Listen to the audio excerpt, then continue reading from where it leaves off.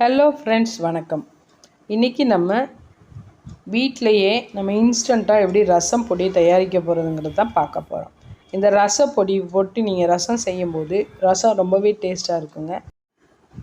நம்ம ரசம் செய்யும்போது தக்காளி, புளி ப்ளஸ் இந்த பொடியோட தேவையான அளவு பூண்டு சேர்த்து மட்டும் தட்டி போட்டுக்கிட்டால் போதுங்க. வேறு எதுவும் சேர்க்க தேவையில்லை. இது ரொம்பவே ருசியான ரசம் வைக்கிறதுக்கு உண்டான ரசப்பொடி. இதுக்கு தேவையான பொருட்கள் என்னென்ன பார்த்துடலாம்.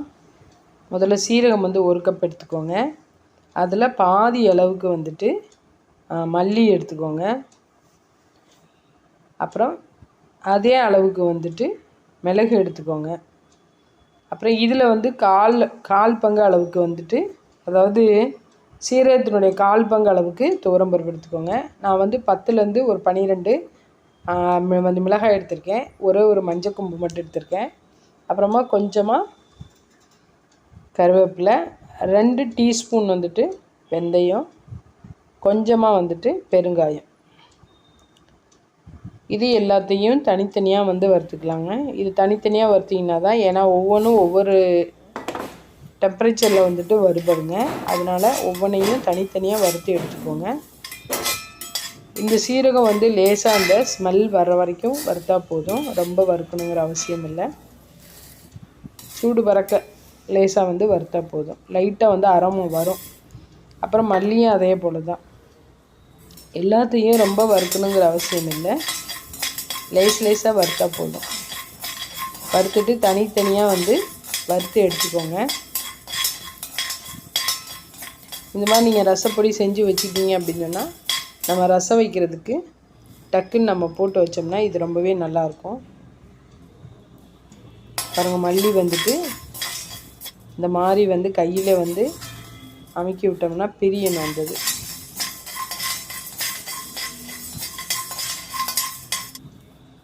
மிளகு வறுத்துக்கோங்க.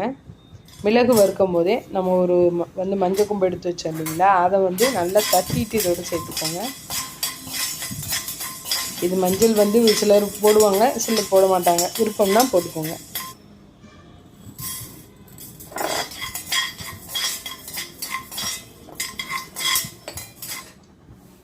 துவரம்பருப்பை லைட் ப்ரௌன் கலர் வர வரைக்கும் வறுத்துக்கோங்க. அப்புறம் வரமிளகாய் ரொம்பலாம் வறுக்கணுங்கிற அவசியமெல்லாம் இல்லை. லேசாக வறுத்தா போதும். கலர் மாறுற வரைக்கும்லாம் வறுக்கணுங்கிறதில்ல. லேசாக அந்த சூடு பறக்க வறுத்தா போதும். அவ்வளோதாங்க. ஒரு 30 செகண்ட்ஸ் அளவுக்கு தான் வறுக்கணும் அதை.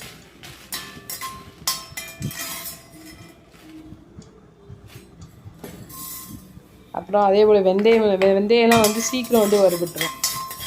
அதனால் இது எல்லாமே நீங்கள் ஸ்லோ ஃப்ளேம்லேயே வச்சு வருங்க. கறியிட்ட அதனுடைய ஸ்மெல் எல்லாமே மாறுபட்டுரும்.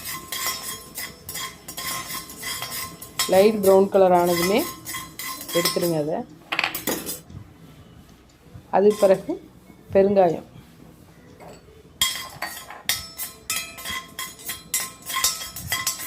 இது நான் பெருங்காயம் அந்த பெரியங்காயம் கட்டி எடுத்து அதில் சின்ன சின்னதாக கட் பண்ணி எடுத்துருக்கேன். இதோடய அந்த கருவேப்பிலையும் சேர்த்து வறுத்துருங்க. கருவேப்பிலை இந்த ட்ரை ஆகணும். இந்த மாதிரி உடையிற பக்கம் வர்ற வரைக்கும் இல்லை வறுத்துக்கோங்க. இல்லைன்னா அந்த பச்சையாக இருந்துச்சுன்னா பொடி கெட்டு போயிடும்.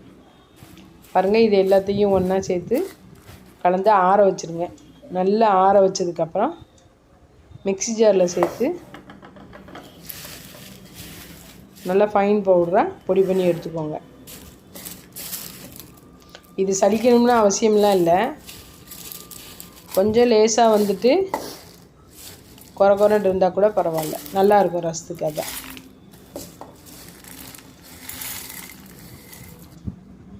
எந்த அளவுக்கு உங்களால் ஃபைன் பவுடராக அரைக்க முடியுமோ அந்த அளவுக்கு எடுத்துக்கோங்க.